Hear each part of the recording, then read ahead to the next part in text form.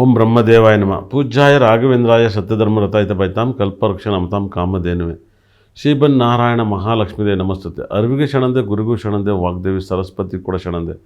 Number ಅಂದರೆ ನಾನು ಅಂದರೆ ನಂಬರ್ಸ್. ಹೇಳ್ತೀನಂತ ಆಗುತ್ತೆ ಅಂತ ಹೇಳ್ತೀನಿ. ಅಭಿಮಾನಿ ದೇವರಿಗೆ ಗೊತ್ತು. ನನ್ನ ಕಾರ್ಯಕ್ರಮ ನೋಡಿದ್ರೆ ಸಕಲ ಸಂಪತ್ತು ಐಶ್ವರ್ಯ ಕೊಟ್ಟು ಉದ್ಧಾರ ಮಾಡಲಿ ಅಂತ ಕೈ ಮುಗಿತೀನಿ. ನಮಸ್ಕಾರ ಎಲ್ಲರಿಗೂ. ಒಳ್ಳೆಯದಾಗಲಿ. ನನ್ನ ಕಾರ್ಯಕ್ರಮ ಎಲ್ಲ ಹೆಚ್ಚೆಚ್ಚು ನೋಡಿ ಅಂತ ಕೈ ಮುಗಿತೀನಿ. ಕಟಕ ರಾಶಿಗೆ ಗುರು ರಾಶಿಗೆ ಬಂದಿದ್ದಾನೆ. ಗುರು ರಾಶಿಗೆ ಬಂದಿಂದ ತುಂಬ ಜನ ಮಕ್ಕಳಾಗದಿದ್ದವ್ರಿಗೆ, ಮದುವೆ ಆಗದಿದ್ದವ್ರಿಗೆ ಈ ಒಂದು ತಿಂಗಳು 18ನೇ ತಾರೀಕಿನಿಂದ ಮಕ್ಕಳು ಮದುವೆಯಲ್ಲಿ ಆಗೋ ಯೋಗಗಳು ಜಾಸ್ತಿ ಇದ್ದಾವೆ.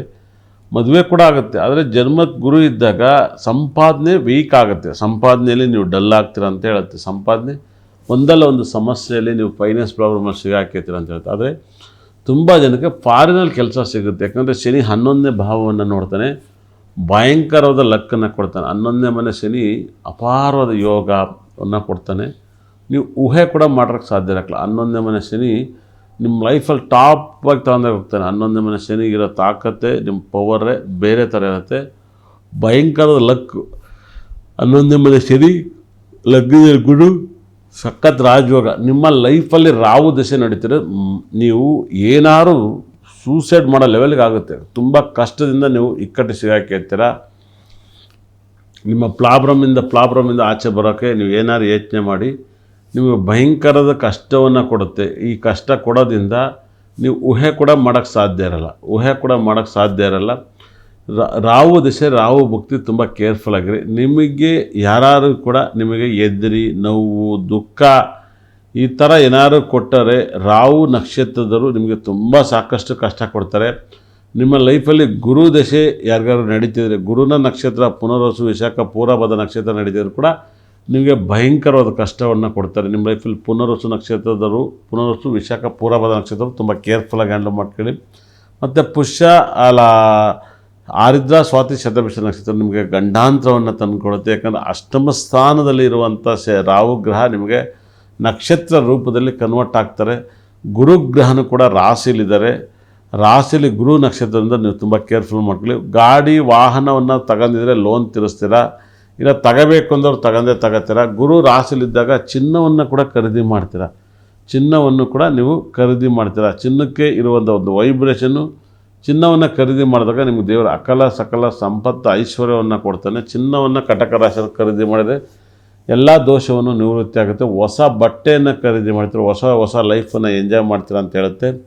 ಹೊಸದಾಗಿ ಇರುವಂಥ ಯೋಗವನ್ನು ಬಳಸ್ಕೊಳ್ಳಿ, ತುಂಬ ಇಂಪ್ರೂವ್ಮೆಂಟ್ ಆಗ್ತೀರ. ಕಟಕ ರಾಶಿಗೆ ಇರುವಂಥ ಯೋಗಗಳು ಭಯಂಕರ ಸಖತ್ ಯೋಗವನ್ನು ಕೊಡುತ್ತೆ. ಅಷ್ಟ ಐಶ್ವರ್ಯನೂ ಕೂಡ ನಿಮಗೆ ಕಟಕ ರಾಶಿಗೆ ಗ್ರಹಗಳು ಕೊಡ್ತಾ ಇದ್ದಾವೆ. ಭಾಳ ಕೀರ್ತಿಯನ್ನು ಕೊಡ್ತವೆ. ಲೈಫಲ್ಲಿ ನೀವು ಊಹೆ ಕೂಡ ಮಾಡೋಕ್ಕೆ ಸಾಧ್ಯ ಆಗಲ್ಲ. ಅಂಥ ಒಂದು ದೊಡ್ಡ ಯೋಗವನ್ನು ಕೊಡ್ತವೆ ಕಟಕ ರಾಶಿಯವರಿಗೆ. ಭಯನೇ ಪಡಬೇಡಿ. ನಿಮ್ಮ ಲೈಫಲ್ಲಿ ಅಷ್ಟ ಐಶ್ವರ್ಯವನ್ನು ಕೂಡ ನಿಮಗೆ ಕೊಟ್ಟು ಹೋಗ್ತಾನೆ. ನಿಮ್ಮ ಲೈಫಲ್ಲಿ ಇಂಪ್ರೂವ್ಮೆಂಟ್ ಆಗ್ತಾ ಹೋಗ್ತೀರ. 100% ನೀವು ಭಯ ಪಡಬೇಡಿ. ಕಟಕ ರಾಶಿಗಿರೋಂಥ ಒಂದು ತಾಕತ್ತೇ ಈ ಒಂದು ವೈಬ್ರೇಷನ್ ತುಂಬ ಲಕ್ಕನ್ನು ತಂದು ಕೊಡ್ತೈತೆ, ತುಂಬ ಯೋಗವನ್ನು ಕೊಡುತ್ತೆ. ಆದರೆ ಒಡವೆ ವಿಚಾರದಲ್ಲಿ ಹುಷಾರಾಗಿ ಹ್ಯಾಂಡಲ್ ಮಾಡಿ. ನಿಮ್ಮ ಕಷ್ಟದಿಂದ ನೀವು 100% ಪಾರಾಗ್ತೀರ. ಯಾವುದೇ ಕಾರಣಕ್ಕೂ ಕೂಡ ನೀವು ಭಯಭೀತರಾಗಬೇಡಿ. ಈ ಒಂದು ರಾಶಿ ಬರೋದ್ರಿಂದ ಗಂಡ ಹೆಂಡತಿ ಜಗಳಗಳಿದ್ರೆ ಜಾಸ್ತಿಯಾಗಿ ಡೈವರ್ಸ್ ಆಗುತ್ತೆ. ಆ ಡೈವರ್ಸ್ ಆಗದೇ ಇರೋ ಥರ ನೋಡ್ಕೊಳ್ಳಿ. ನಿಮ್ಮ ಒಂದ್ರ ಮೇಲೆ ಒಂದು ಸಮಸ್ಯೆಗಳು ಬರ್ತಾಯಿದ್ದಾವೆ, ಬರದೇ ರೀತಿಯಲ್ಲಿ ಅಬ್ಸರ್ವ್ ಮಾಡ್ಕೊಂಡು ಬದುಕಿ. ನಿಮ್ಮ ಲೈಫಲ್ಲಿ ಕಟಕ ರಾಶಿಯವರಿಗೆ ಭಯಂಕರ ಲಕ್ ಬರಬೇಕು ಅಂದರೆ ನೀವು ಹಾಕ್ಬೇಕಾದ್ರೆ ಉಂಗ್ರನೇ ಬಂದು ನಿಮ್ಮ ಲೈಫಲ್ಲಿ ಗುರುಗ್ರಹದ ಸ್ಟೋನನ್ನು ಹಾಕಿ ಭಾಳ ಒಳ್ಳೆಯದಾಗುತ್ತೆ. ಗುರು ಕಟಕ ರಾಶಿಯಲ್ಲಿದ್ದಾಗ ಸ್ಟೋನು ನಿಮ್ಮ ಲೈಫಲ್ಲಿ ಇಂಪ್ರೂವ್ಮೆಂಟನ್ನು ತಗೊಂಡು ಬರ್ತೀರಾ.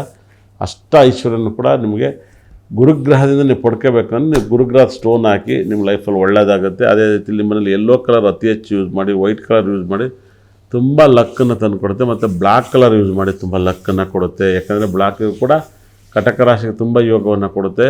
ಅಷ್ಟ ಐಶ್ವರ್ಯನ ಕೊಟ್ಟು ಕಾಪಾಡಲಿ.